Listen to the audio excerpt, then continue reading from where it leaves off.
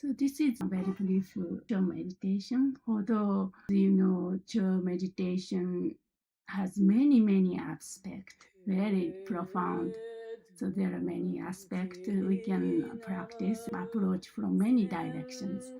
Then I found one of the way to approach or look at the Chod practice is this Unren, or the kind of paradigm shift. Inviting something we don't want to invite, then give away what we cling on to.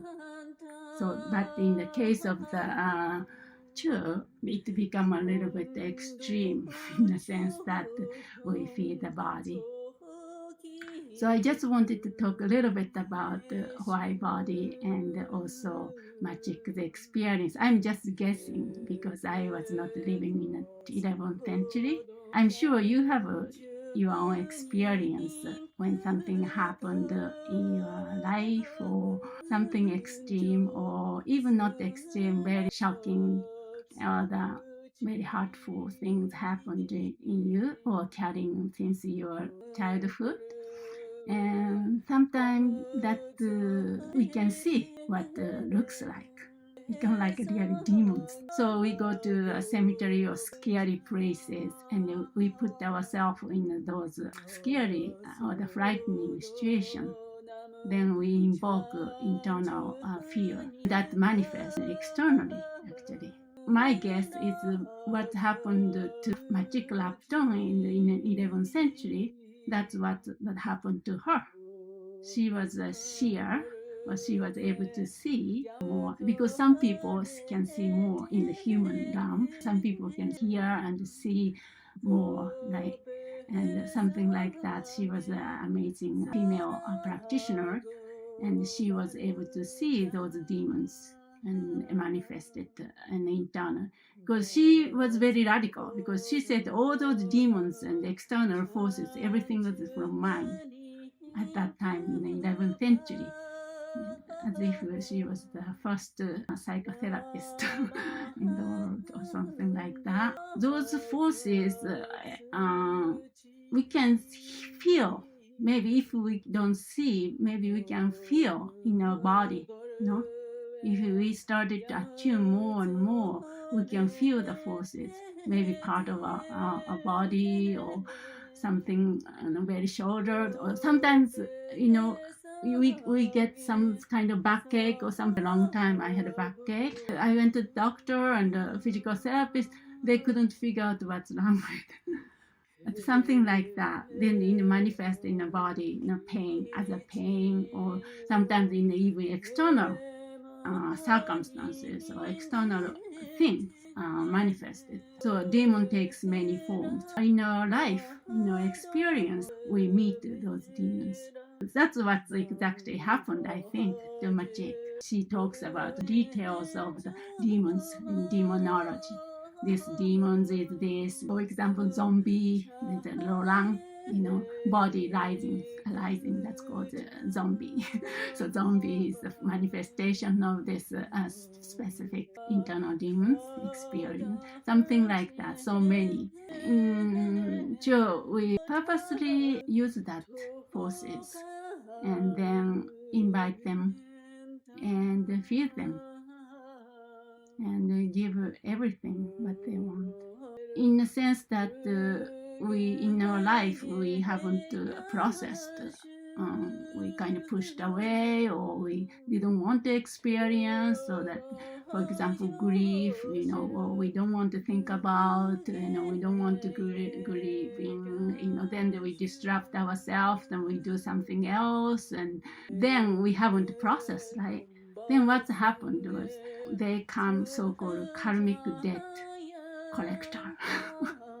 We creating our debt, like bank account. We don't pay the whatever we owe, then it's debt, right? We are dead. So then karmic debt collector comes. There's a specific term in Tibetan. It's called rencha. So rencha is one of those demons. So we collected throughout the entire life. Maybe if you believe the karma in the previous life, we accumulated all these rencha a karmic debt. And then they manifest. If we don't pay the debt through this kind of practice or consciously working on it, then we accumulate in the future, become a big, and all this, it's interrupt your spiritual practice with something, or the life. In that sense, too, we practice Chö. There are many ways to practice Chö, of course. There is a very beautiful Chö ritual. We do chanting and praying Dharma. We're using entirety of the body, speech, and mind and practice. We use everything, senses and physical movement, dancing, and everything. But the premise of Chö practice, I feel this one. The Great Mother, we as a Great Mother, we as a awake awareness, then approach to our own human self. We cannot approach the own human self ourselves. We as a human, like a drowning mother cannot help the drowning child, no? So at least we have a sense of we are not that. So shifting the identification from this just simple mere suffering human self to the true nature. So just rest in the true nature. Then from there everything happens. So in the sense that the entire Vajrayana practice, tantric practice, is starting from there. Like when we visualize, first we come to this resting mind. Then visualization just happens from the expression of our own true nature. Bang!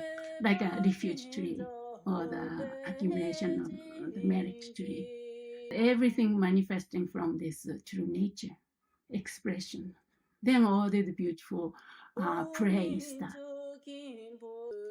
So that's I feel very important to connect with that's true nature, at least the sense of it. Then from that point of view, we approach this human self. Because what's happened to this human self? I'm so familiar.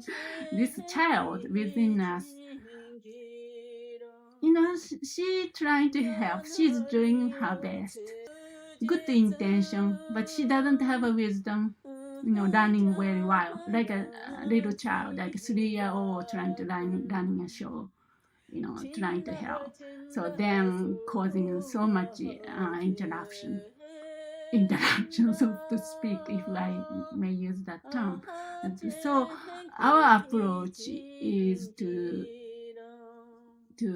approach very motherly feminine, because they are starving for feminine principle, feminine energy, maternity forces, maternity energy. They are starving the little child, inner child, because we didn't pay attention, we ignored. So they are yelling at us, so to speak, need attention. So we pay attention gently, kindly. Yeah, just a little experience I had. I used to teach the teenagers at the alternatives high school. Those teenagers are very wild.